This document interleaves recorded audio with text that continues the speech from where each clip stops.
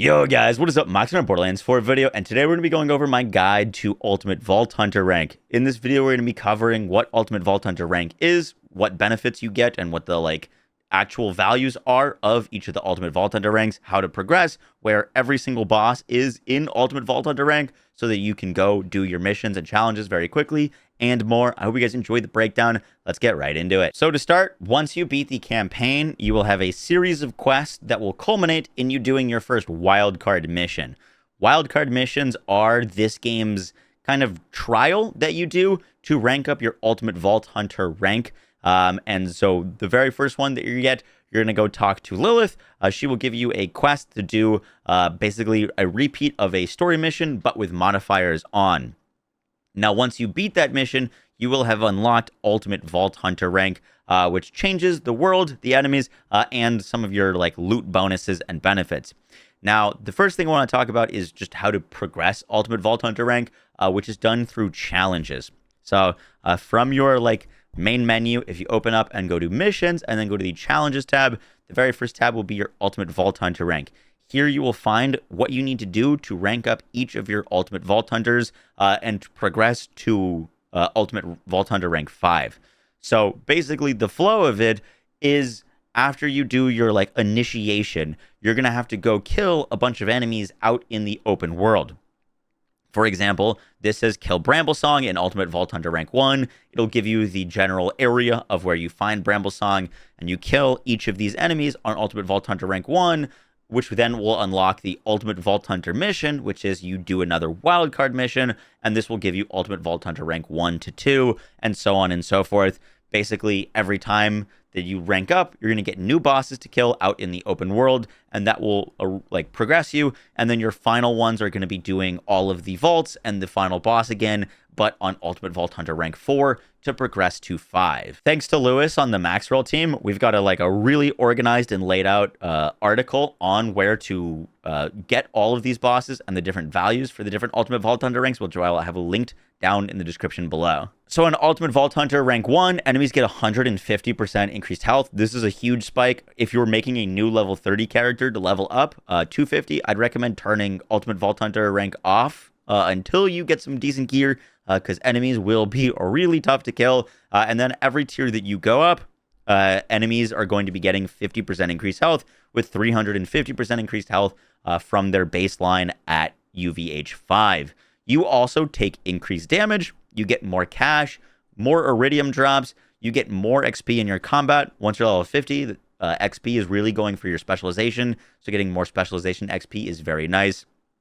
You do get better loot quality. Now, I don't know exactly how to quantify loot quality. I don't think it actually affects your chances of getting a legendary. I think your legendary drop chances, at least from what I've seen, stay the same across the board.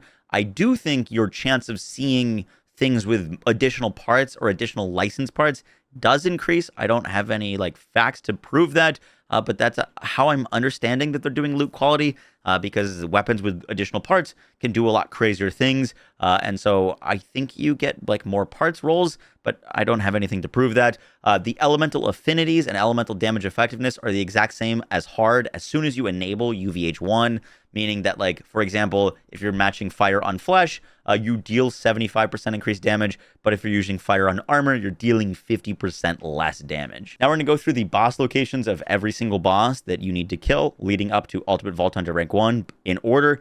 So the first is Bittervein. This is going to be where you find Bramblesong. You kill this in UVH1.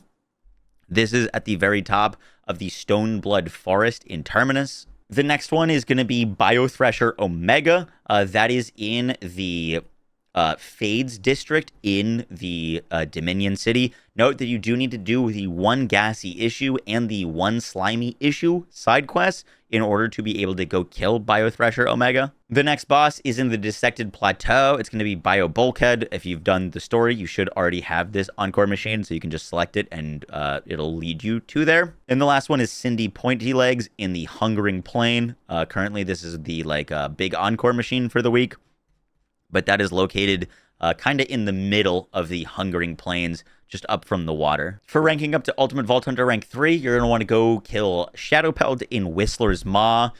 This is located in the Cuspid Climb. If you can find this river down here that's connected by this road, you just go to the left and you'll find a cave entrance that will lead you to Shadowpelt. Your next is going to be the Core Observer boss. That's in the Black Lime Bunker. This is located in the Howl. It is kind of directly in between the Shut I Keep safe house and the Root Down Estates fast travel. That is also in the Fade Fields. Your next boss is going to be in the Ruined Sumplands at the Trinket Crevasse. This is for Rock and Roller. If you travel to the Judgment Lapse silo, you can just go and then you'll find the cave entrance right there. The next boss is Frank the Furnace, who is going to be at the very bottom of Idolator Noose to the left of the fortress. This is where you kill Frank the Furnace. To unlock Ultimate Vault Hunter rank 4, you're going to be going to the Lowering March to kill a Battle Wagon. If you go to the Snowy Wells safe house, this is just directly above it. This is in Stoneblood Forest in Terminus Range. Next, we've got the Tipping Point Order Bunker. This is just to the left of the Wyclef Reprieve safe house in Idolator Noose in the Fade Fields. And this is for Mimicron. Next, to kill Immortal Boneface, you're going to want to come to the Old Scrape Ripper Drill site. This is at the very, very bottom of Cuspid Climb. Next to kill the Skull Orchid is at the Embossed Fault Abandoned Auger Mine. This is in Carcadia Burn at the very bottom left of Grindstone of the Worthy. And to unlock Ultimate Vault Hunter rank 5, you're just going to go talk to Lilith, who will give you 4 different wildcard missions to go do the vaults and do a final mission. You don't actually need to go teleport to the vaults. You need to go talk to Lilith, and she will send you on missions to the vaults. And then by then, once you do all those, you will have unlocked the hardest difficulty of Borderlands 4. Besides ranking up your Ultimate Vault Hunter rank, you have access to a few new endgame activities. The first of which is the A Lot to Process wildcard mission. Every week, this wildcard mission will change, and every week, the dedicated legendary in the wildcard mission will change. So this week, for example, it is the Rainbow Vomit, which is a Jacob shotgun that gets a random 3 amount of elements on it. It's a really, really good shotgun. For example, I farmed mine until I got a cryo radiation one for my Harlow. Cryo and radiation are Harlow's best elements, so I made sure to get one of that for her. However, if you're playing like a Rafa, you might want to try to get a Rainbow Vomit because the Jacob shotgun that ricochets with fire on it, so that you could do some things with his like ricochet tree. So every week there's going to be a new dedicated legendary. You get that legendary guaranteed every single time you run the wildcard mission. So if you're having bad luck farming it out in the world, you can get it every single run of your wildcard. It also gives you a fair bit of gold and iridium, but the main thing is the dedicated legendary. The next thing is the Maurice's Black Market Vending Machine. This will show up in a random spot every week. It will have legendaries in it. For me, it is the Fuse and the AC May that is currently located to the north of the very starting post, the abandoned post. This is where you start the game. If you just go north up through the lake, you'll get to the Maurice Black Market Vending Machine, and you can buy legendaries for gold. Note that if you come here and you do not buy anything, but you open the vending machine, it will go on cooldown. So make sure that you come here with a fair bit of cash.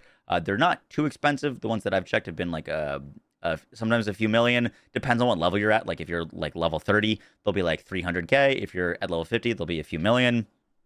And then the last thing is the Moxie's Big Encore Machine. This will also have a random boss each week that will give you a higher chance of their dedicated drops. Every boss in this game has a dedicated legendary that they drop, at least from my testing, at around 10% chance to drop that legendary. However, if you're farming the Big Encore Machine, you can spend Iridium to fight a souped up version of that boss that has a higher dedicated drop rate. I think it's around 40%, meaning that you have a 40% chance to get that boss's dedicated drop. I am currently farming Cinny Pointy Legs for a Fire Swarm for a Grenade Rafa build, and it'll give you better chances to farm specific variants of legendaries that you're looking for. And the last thing to mention for endgame activities and stuff is farming rare loot. which is obviously a big part of Borderlands, but this time it's emphasized way more because certain legendaries can completely change the way that they function with specific licensed parts. I was earlier messing around with a gun called the Kickballer shotgun, which does this big explosion, but if you get it with the Jacobs part, it turns into a weapon that just nukes the entire screen. And so that is a big part of farming the endgame. And the other thing, if you're a rare loot hunter, is phosphine weapons. Every legendary weapon in Borderlands 4 can drop as a phosphine weapon. This is something that is unbelievably rare, and you will never know that this exists until you encounter your first one. These phosphine weapons come with their own unique skin. They're kind of like hunting a shiny in Pokemon.